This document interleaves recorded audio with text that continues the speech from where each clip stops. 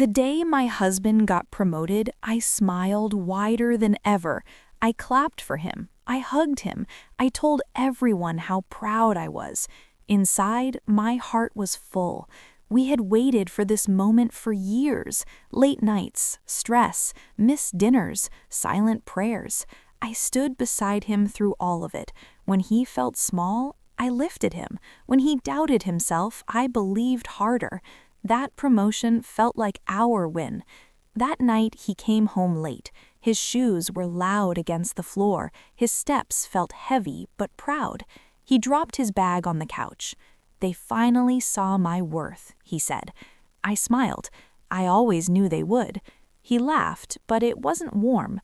Something about his tone felt different. Still, I ignored it. I made his favorite dinner. I even lit a candle.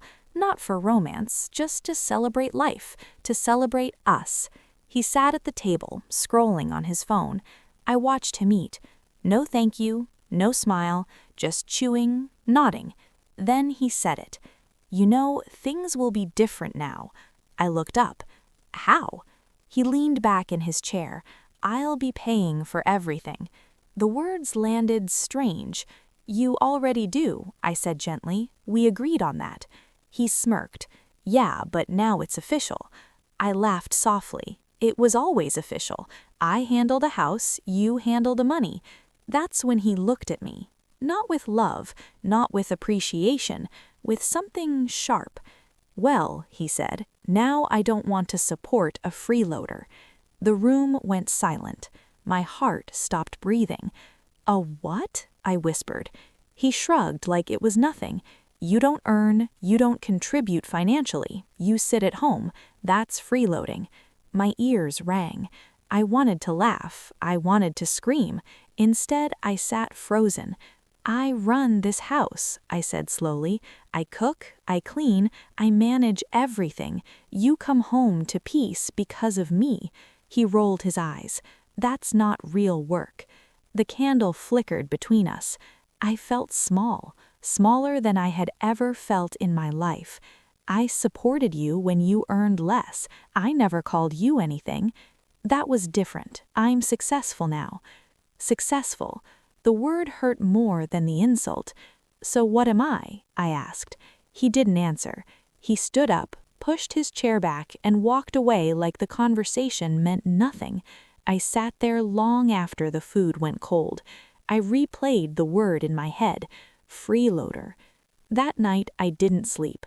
I stared at the ceiling, listening to him breathe peacefully beside me, like he hadn't cracked something inside me. The next morning he handed me a list. Groceries, electricity, internet, small expenses. "You'll manage these," he said. "I'll handle the big bills." "With what money?" I asked quietly. He smiled. "That's not my problem." That smile was new. Cold. Proud, cruel. Something inside me shifted. I didn't argue. I didn't cry. Instead, I sat nodding. That afternoon, I opened my old notebook, the one I hadn't touched in years, the one that reminded me who I was before I became just a wife. I wrote one line. "If I am a freeloader, then I will stop living for free." That night, I packed one bag. Not because I was weak, but because I was done begging to be valued. When he came home and saw the bag, he laughed. "Where are you going?" I looked him straight in the eyes. "Somewhere I'm not called a burden." His smile faded, and for the first time since his promotion, he looked afraid. I didn't leave that night. Not yet. I picked up my bag and placed it back in the closet. Slowly, calmly. I needed him to believe I wasn't serious. Not because I was scared, but because I was planning. He slept that night without a word. No apology, no guilt, just peace. In the morning, the house felt empty, even though we were both inside it. I woke up early, earlier than usual. I didn't make breakfast. I didn't prepare his lunch. I didn't remind him about his meeting. I sat at the table, drinking tea in silence. He walked in, looked around. "Where's breakfast?" he asked. I took a sip. "You didn't put it on the list." He frowned. What list? The one you gave me, I said softly. You said I should manage only what I can afford. He stared at me like I was joking. So? He said. So, I replied, I can't afford breakfast. He scoffed and grabbed a banana from the counter. Don't start acting dramatic. I didn't respond. That silence was new for him. When he left, the door slammed harder than usual. The hours passed slowly. The house stayed quiet. No cleaning, no laundry, no cooking, no background noise of care. I watched the clock. I wasn't being lazy. I was letting him see the difference. That evening, he came home tired. Why is the house like this? He asked. Like what? Messy. I looked around. Shoes by the door, dishes in the sink, wrinkles on the couch. This is what happens, I said, when freeloaders stop freeloading. His jaw tightened. Are you trying to teach me a lesson? No, I replied. I'm just respecting your words. He didn't eat that night. He ordered food online. He paid for it himself. The next day, the internet stopped working. He stormed into the room. Did you forget to pay the bill? I closed my notebook. No, I said calmly. I didn't forget. I just didn't have money. He laughed sharply. You're unbelievable. I agree. I believed in you. That was unbelievable. He left again. Days passed like this. Small things started to fall apart. No iron shirts, no stocked fridge, no clean bathroom towels. He complained. I listened, but I didn't fix anything. Then came the bigger cracks. He stood in front of the washing machine one night. How does this thing work? He asked. I smiled faintly.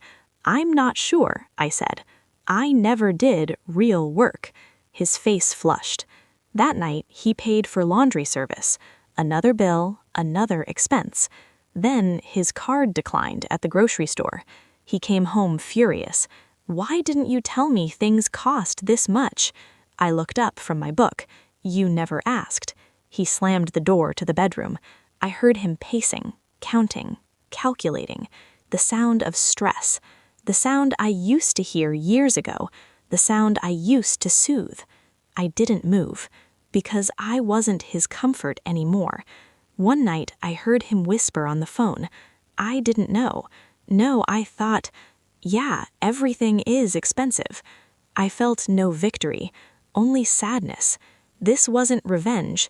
This was reality. On the 5th day, he finally said it. You don't do nothing, he muttered. You do a lot. I didn't respond. On the 7th day, he asked quietly, Can we talk? I looked at him. Really looked. He looked tired, older, less proud, but still not sorry. About what? I asked. About us. I closed my notebook. There is no us without respect. He swallowed hard. He didn't mean the word, but you felt it, I replied. Silence fell again. That night, I packed the bag properly. This time, I didn't put it back. I walked to the door. He followed. Where will you go? He asked. Somewhere I'm not measured by my income. I stepped outside, the door closed behind me, and for the first time in years, I felt light. The first night away felt unreal. The room was small, quiet, safe. No heavy footsteps, no cold looks. I lay on the bed and stared at the ceiling again, but this time my chest didn't hurt. I slept deeply. The next morning, my phone vibrated. One missed call, then another, then a message. Where are the electricity papers? I didn't reply. Another message came. The landlord called. He says rent is due. Still, I stayed silent. I wasn't being cruel. I was letting him stand where I once stood. Back at the house, everything depended on me. Bills, timelines, planning. I carried those things quietly. Now he was hearing them all at once. By evening, he called again. Why didn't you tell me rent increased? I answered this time. You never asked, I said. There was a pause. "I thought you handled it," he said. "I did, for years." Silence. That silence felt different now. It wasn't power, it was weight. 2 days later, I went back to collect some clothes. The house looked tired. Plates stacked, trash overflowing, the smell of neglect hung in the air. He stood there, staring at a spreadsheet on his laptop. "Do you know how much everything costs?" he asked, voice strained. "Yes," I said. "I always did." He rubbed his face. "I don't even know where to start." I nodded. "That's what unpaid labor looks like." He didn't argue. He looked smaller, not weak, just human. That night, he ordered food again, expensive food, the kind we never ordered before because I cooked to save money. The bill popped up on his screen. His eyes widened. "Why is it so much?" I shrugged. "You wanted convenience." His phone buzzed. A bank alert. He stared at it longer than necessary. I could almost hear the numbers screaming in his head. Later, he said softly, "I thought earning more would make life easier." I looked at him. "It does, if you respect what you already have." He didn't sleep much that night. Neither did I. The next morning, I watched him struggle with breakfast. Burnt toast, spilled coffee, a frustrated sigh. He leaned against the counter. "You made this look easy," he said. I met his eyes. It wasn't easy. It was invisible. That word hit him hard. Invisible. Days turned into a week. His promotion glow faded. His expenses rose. His stress doubled. Work pressure at the office. Home pressure waiting for him. One evening, he said, "I didn't realize how much you saved us." I packed another shirt into my bag. "You didn't want to realize," I said. He reached out, stopped himself. "Can we fix this?" he asked. I paused. "I don't know," I answered, honestly, because love doesn't die in one moment. But respect? Respect breaks quietly, and once broken, it doesn't come back easily. That night, as I walked away again, he stood at the door. This time, he didn't laugh. This time, he didn't feel powerful. This time, he felt the cost of everything. I didn't go back. Not that night, not the next day, not the week after. The apartment I rented was small, but it was mine, quiet, mine to control, mine to breathe in without judgment. I learned quickly. Cooking, cleaning, paying bills, all of it alone was tiring, but it was honest. Every penny spent, every chore done reminded me I was capable. I wasn't a burden. I was surviving, thriving even. He called and texted, each message sharper than the last, coated with frustration he couldn't hide. "Are you coming back? Can you at least help me with this? Do you even care about this house?" I didn't answer. I watched him struggle from afar through his occasional admissions. The mortgage was late, utilities piled up, he burned meals he had never cooked before, clothes shrank in the dryer because he didn't know the settings. He ordered takeout constantly, but his bank account kept screaming. Finally, one evening, I got a call that surprised me. His voice wasn't sharp. It wasn't proud. I need help," he admitted, almost whispering. It wasn't about money this time. It was about knowing what to do, how to do it, and feeling overwhelmed by every little task that had once been my invisible labor. I took a deep breath. My hand shook slightly as I spoke. "I can't go back to being invisible," I said. "I can help, yes, but I won't go back to being taken for granted." He was quiet for a long moment. I don't know how to respect what I have," he said finally. I stayed silent, let him feel it. The truth was simple. I had grown. I had found myself outside of the house, outside of his opinion, outside of his wallet. I had remembered who I was before I became just the wife. The next few weeks were a revelation for both of us. He learned what it cost to manage everything alone. He realized how easy it had been for him to call me a freeloader because he had never understood the weight I carried. I continued my own life. I worked, I paid bills, I cooked for myself, I slept when I wanted, I breathed, I smiled without approval. He came over occasionally, not demanding, just visiting. Slowly, awkwardly, he began to ask questions. How did you? What should I? Can you teach me? It was humbling for him and liberating for me. Independence isn't always loud, it doesn't always shout victory.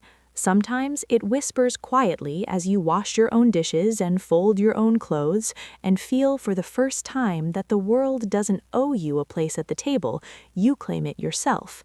And respect is more valuable than any paycheck. By the end of that month, I realized leaving didn't make me stronger. Being unseen for years did. Surviving without him, proving myself, and refusing to be called a freeloader, that was my power. He could pay for everything now, and he did, but he also learned something money could never buy, that losing respect is more expensive than losing wealth. Weeks turned into months. I didn't return. Not fully, not like before, not as someone who allowed herself to be undervalued. He kept paying bills, struggling through chores, burning meals, running out of patience and money in equal measure. He finally learned that life at home wasn't just about income, it was about effort, love, and unseen labor. But I had my own life now. I woke up when I wanted, I cooked what I wanted, I spent money I earned, I decorated my apartment the way I liked, I bought little things for myself without apology, and every night I slept knowing my worth wasn't determined by anyone else's approval. One afternoon he showed up at the door. His suit was wrinkled, his tie hung loose, his expression softer, vulnerable. I've been thinking, he said carefully, about what I said, about calling you a freeloader. I looked at him. My heart didn't jump, my hands didn't shake, my eyes were steady. You called me that because you didn't understand, and you didn't want to understand, that's all. He nodded slowly. I get it now. I see what I never noticed. I let him speak. He admitted every frustration, every mistake, every careless word. But I didn't apologize. I didn't hug him. I didn't promise things would be like before, because they wouldn't. I had changed, I had grown, and I wasn't stepping back into a role where my value could be questioned with a single word. He lingered a moment longer, then he turned to leave. Will you talk to me? He asked. I'll always talk, but I won't live to be reminded of my worth by anyone but myself. That was enough for him. Or maybe not, but it was enough for me. I closed the door gently behind him, and for the first time, the silence of my apartment was warm, safe, full of me.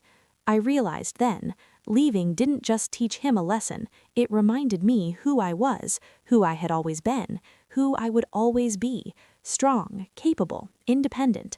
I didn't need his recognition, I didn't need his money, I didn't need his approval. I needed respect, and I gave it to myself. Some nights I still think about that promotion day, the night he called me a freeloader. The sting of those words fueled my fire. It led me to claim my life, my voice, my freedom, and I will never forget it. Because sometimes losing someone who underestimates you isn't a loss, it's the first step towards truly finding yourself.